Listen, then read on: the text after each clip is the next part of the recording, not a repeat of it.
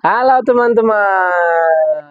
Hari ini hari Kamis tanggal 14 Desember Desember 2024. 2024. Temanya agak beda-beda nih. Agak beda dikit nih. Ada orang di samping saya nih. Jadi kita hari ini mau mukbang. Wih, Yes.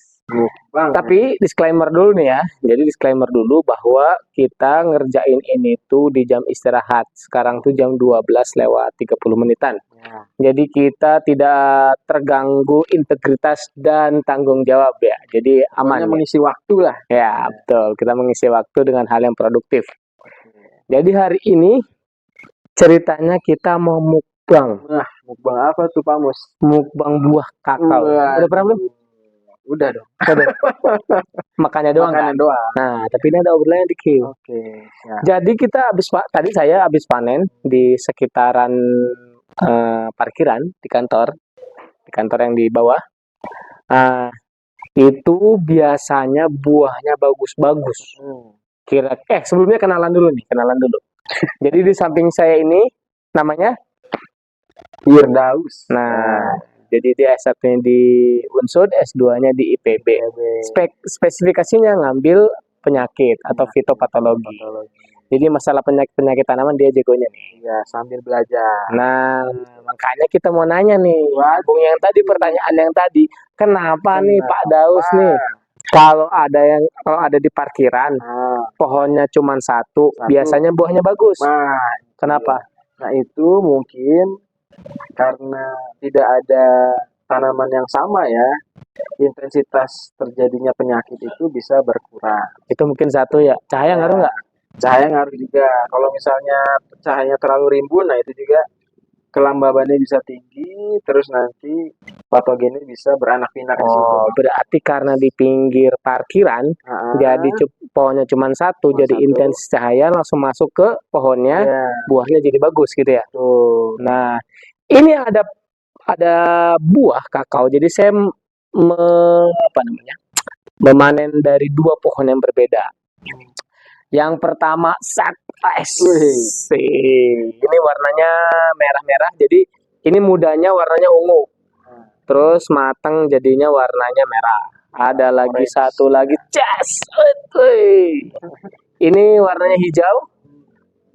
Pas mudanya, pas tuanya warnanya kuning. Ini juga sama. Nih. Nah, ini juga sama. Nah, ini sama. Ini sama-sama bagus-bagus nih. Nah, dua jenis ini kita akan mukbang bareng. Kita akan tahu rasanya gimana. Oke, kita bandingin gitu. Kita bandingin. Soalnya kan kayaknya nih, kalau dari segi pemuliaan nih sih. Kalau dari segi pemuliaan, masing-masing klon itu beda-beda pada rasanya. Betul. Karena selain itu juga dipengaruhi sama tempat di mana dia tumbuh juga bisa berpengaruh. Ya. Jadi kakao ini biasanya ada namanya artisan ya. Artisan itu tumbuhnya di mana, rasanya akan khas di daerah tersebut. Contoh artisan di mana aja, Pak? Nah, itu dia. Saya kurang paham, Pak. Ada yang di Banyumas. Oke. Ada yang di Bali. Nah, jadi mereka tuh biasanya yang petani-petani di sana tuh diambil langsung oleh home industry atau industri setempat karena memiliki ciri khas khusus. Gitu, atau rasa khusus. Mau kita coba langsung? Boleh. Jadi ini ada karena ada hama dan penyakit menurut Pak Daus nih, ini ada item-itemnya nih. Menurut Pak Daus dalamnya bagus apa enggak nih? Sebenarnya gampang sih kalau mau ngelihat bagus apa enggaknya itu cukup dikocek gini, Pak Mus. Kalau misalnya dia nyari gitu ya, nah itu tandanya dia sudah matang, terus kemudian kemungkinan besar dia tidak terserang penyakit. Ada koplak-koplak gitu. Ini ada suara koplak-koplaknya ya. Saya deketin ya. Saya tempelin di mikrofon ya. Nih. Nah, itu dia. Ada nggak suaranya ya? Nanti saya edit nih, biar kedengaran nih. Nah, suaranya kayak gitu. Jadi ada suara koplak-koplak. Artinya sebenarnya suara koplak-koplak itu karena si bagian buah sama kulit buahnya udah terpisah. Iya, terpisah, tidak menempel lagi. Nggak sabar? Mau kita cobain? Masih sabar saya, Pak. Oke, langsung aja. Oke. Kita cobain. Nah, ini bagus nggak kira-kira? Ini coba. Bagusan yang ini menurut saya. Ah, kita coba aja. Kalau menurut saya ini juga agak lengket-lengket ya. Hmm. Ini habis bekas gerekan dari buah apa? Ada penggereknya ya. Penggerek kakao. Tapi nggak apa-apa kalau untuk produksi masih bisa ditolerir, kecuali untuk dijadikan benih itu nggak bisa ya. Nah, Yes, tapi mulus masih ya. bagus ternyata nih. Masih Pada mulus. Masih mulus. masih mulus, tunjukin dong ke kamera. Oke, ini guys, Hmm. ini dia nih.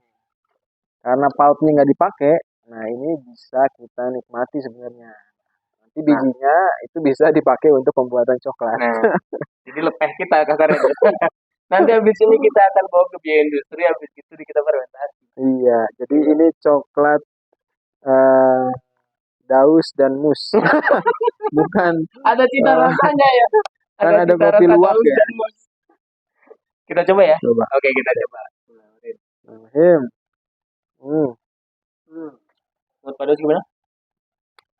rasanya enak sih, juicy gitu. Pautnya agak sedikit tebal ya. Teksturnya gimana?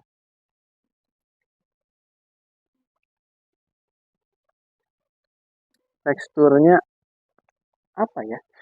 Sulit juga nih mendeskripsikan dari rasa ini. Kayak pulen gitu ya. Iya. Pulen gitu.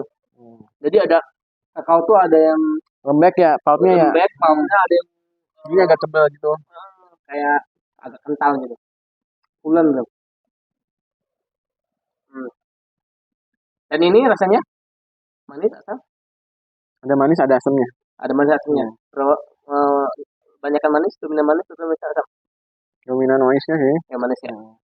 Jadi kakao juga ada dominan asam, dominan manis,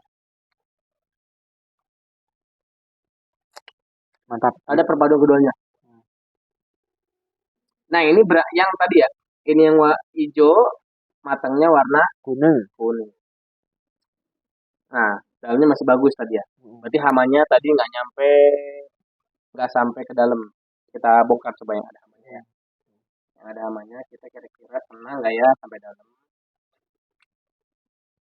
Nah, oh kena ternyata pada Makanya pas tadi kita kocok agak agak nggak bunyi ya, nggak nyaring ya. Nah, ini tuh. Tuh ya. Kelihatan ya yang ada hitam-hitamnya. Yang ada hitam-hitamnya kelihatan ya. Nah, yang ada hitam-hitamnya. Ini. Hmm. Penggerek. Nah, ini gara-gara penggerek buah. Jadi Dia lengket ya. dia jadi lengket, jadi ada bekasnya. Di sini juga ada bekasnya nih di Kulitnya. kulitnya. Di kulitnya ada bekasnya. Nah, kalau intensitasnya tinggi, ini bisa nempel semua di jadi nggak bakal bagus kayak gini. Ini kan bagus nih. Kalau misalkan tinggi, Susah untuk diambilnya juga ya, Pak Mus ya. Ya, dipisah-pisahnya juga susah. Betul. jangan kan dipisah pasti gepreknya aja susah. Nah ini bagian yang ke kedua. Ini yang kosong-kosong tadi nih. Kosong tadi. Ini pasti bagus kayaknya. Coba kita coba. Nah, kita coba ya. Nah, di sini juga dilihat nih. Ada ini biasanya sih sarang semut ya. Iya. Yang putih-putih ya. Nah, Tunjukin coba pada gimana. Nah, yang sebenarnya putih-putih. ada simbiosis juga. Jadi ketika di pohon kakao itu ada semutnya, itu juga bisa menjadi musuh alami ternyata. Menjaga tanaman tetap sehat. Jadi kasarnya adalah si hama penggerek buah itu tidak mau nempel kalau ada semut karena dia diganggu oleh semut tersebut. Iya. Itu bisa dijadikan mangsa oleh semut tersebut atau mungkin interaksi di ekosistem lainnya.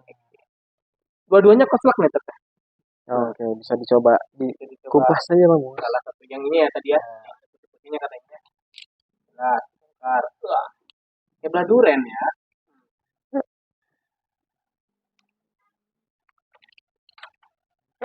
Wah, tuh kan bener tuh kan? Ya, Dua-duanya aja kita ini ya. Kita kupas. seger wanginya, guys. Mantap. Wih, wah suaranya aja cepluk gitu ya, mantap banget. Nih, beda ya sama yang tadi ya. Tuh beda tuh. Teksturnya tuh. Ini kayak lebih berlendir gitu ya. Beda dia. Ini pulpnya lebih tipis. Coba kita coba. Tipis kan? Bijinya gede ya. Mm-mm. Tapi kalau bijinya gede gini, itu dicari sama petani karena dia pod rasionya bisa tinggi. Karena Jadi memang kakao itu ya dari 100 kilo mungkin cuma bisa jadi 1 kilo. Jadi rendemennya lumayan. ya, jadi yang Jadi tadi itu malah bijinya juga beda bijinya ya. Ini bijinya agak kecil yang tadi. Ini lebih besar sedikit.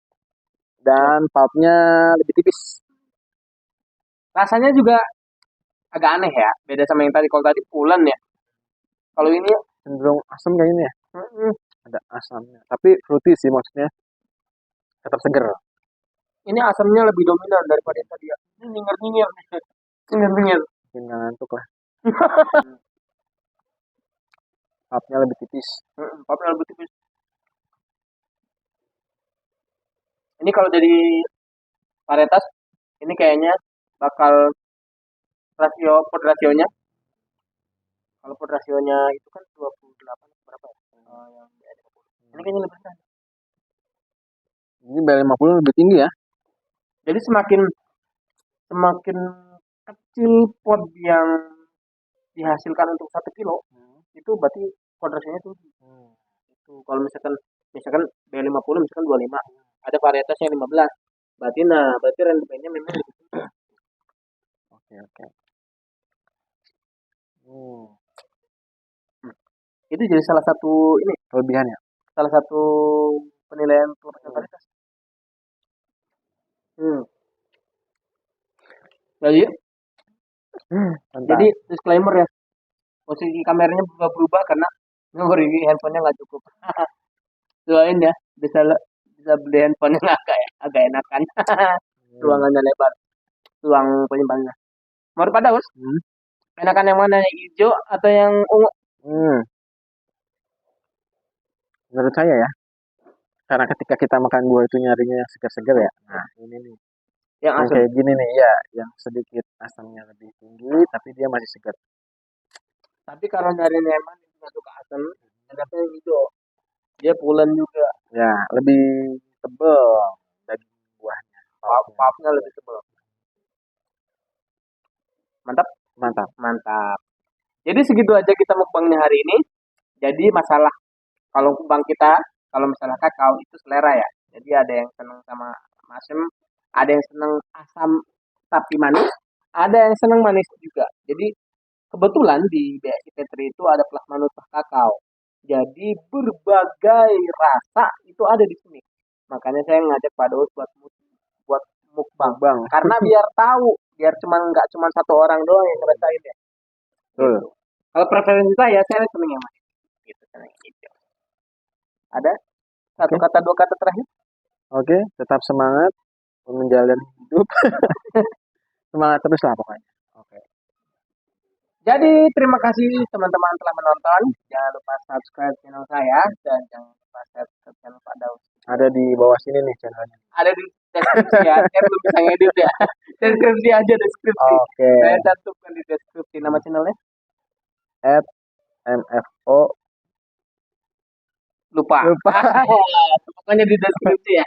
Saya cantumkan di deskripsi. Oke. Di sana juga ada hampir sama seperti saya, cuman kita memiliki keunikan masing-masing ya. Jadi di sana juga membahas mengenai kakao, mengenai kopi, mengenai Kehidupan lah. Ketawa-tawa di sana. Aduh. Oke, terima kasih. Dadah. Oke. Assalamualaikum warahmatullahi wabarakatuh. Mantap.